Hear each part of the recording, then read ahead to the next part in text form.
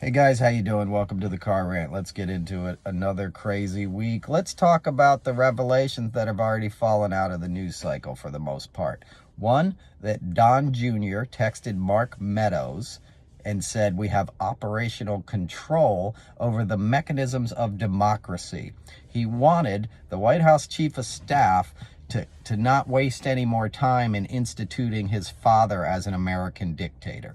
Don Jr., cokehead son of a failed businessman, a dude who's never worked an honest day in his life, a guy who's getting his ass kicked drunk in the Comedy Cellar in 2003 for laughing too loud at a racist joke, a dude that the Dalai Lama would punch in the face if he met him, okay? Don Jr. is one of the biggest little pricks I've ever met in my life.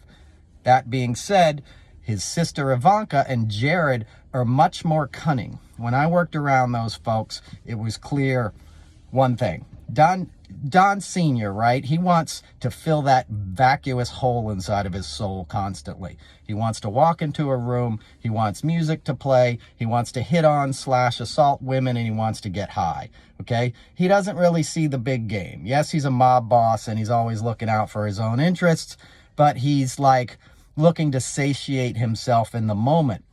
Ivanka and Jared are much more cunning and wily, and they're playing the big game. Okay?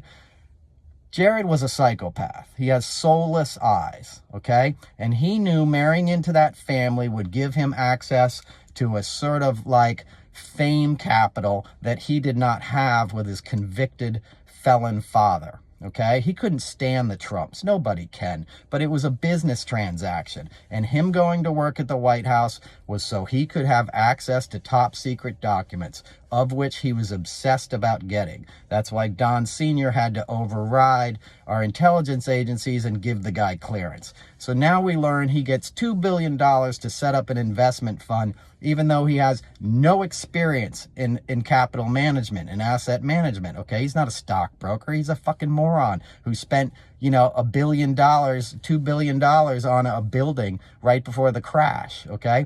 We need to stop these guys. You need to stop forgetting this is happening and do something.